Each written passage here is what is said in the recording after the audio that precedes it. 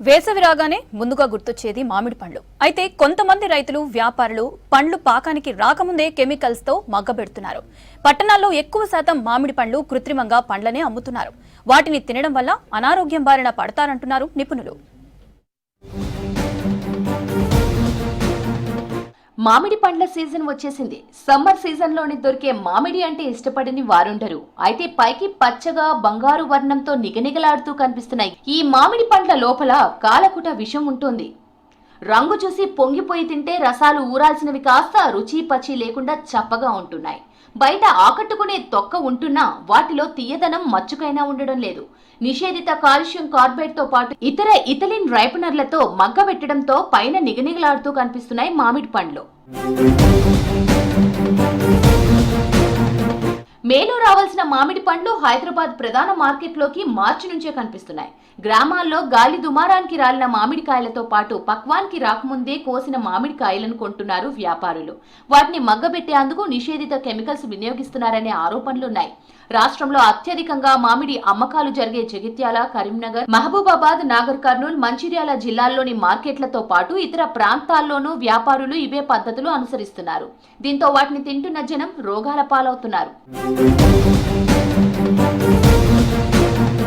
సహజంగా పండిన మామిడి పండ్లు పసుపు లేత ఆకుపచ్చ రంగు కలిగి లోపల పండు మొత్తం పక్వం వచ్చి ఉంటుంది.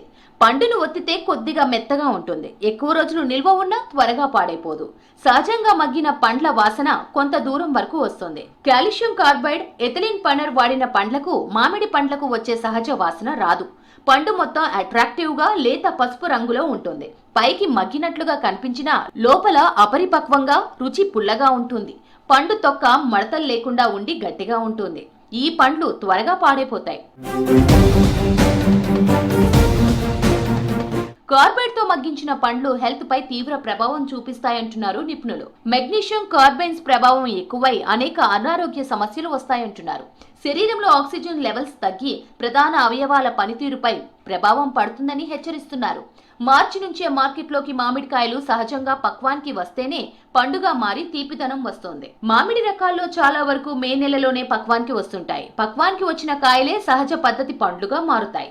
కానీ చాలా మంది రైతులు గాలి దుమారానికి కాయలు రాలుతాయని పక్వానికి వచ్చే వరకు చూస్తే పురుగు వస్తుందనే భయంతో కాయ సైజు పూర్తిగా పెరగక ముందే తెంపుతున్నారు.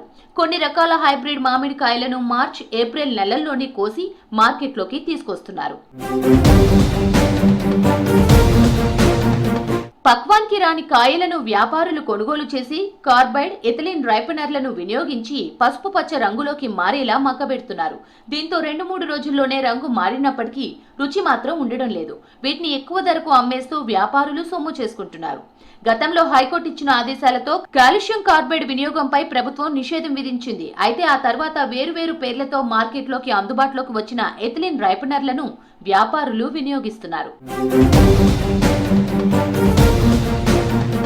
కాయలను మగ్గబెట్టడానికి ఈఎన్ రైప్ అనే ఫ్రూట్ రైపనర్ మాత్రమే కేంద్ర, రాష్ట్ర ప్రభుత్వాలు అనుమతి ఇచ్చాయి. కానీ చైనా నుంచి దిగుమతి అవుతున్న అనేక రైపనర్లు మార్కెట్లో అందుబాటులో ఉన్నాయి. స్టార్ రైప్, మ్యాంగో కింగ్ లాంటి రైపనర్లను నీళ్లలో ముంచి తీసి మామిడికాయల మధ్య పెడితే కాల్షియం కార్బైడ్ తో సమానంగా పనిచేస్తున్నాయి. స్టార్ రైప్ కూడా ఒక రకంగా కాల్షియం కార్బైడ్ అనే ఆరోపణలు ఉన్నాయి. ప్రతి సీజన్ లో ఈ దందా నడుస్తున్నా ఫుడ్ సేఫ్టీ అధికారులు హోల్సేల్ మార్కెట్ల వైపు కన్నెత్తి చూడడం లేదు.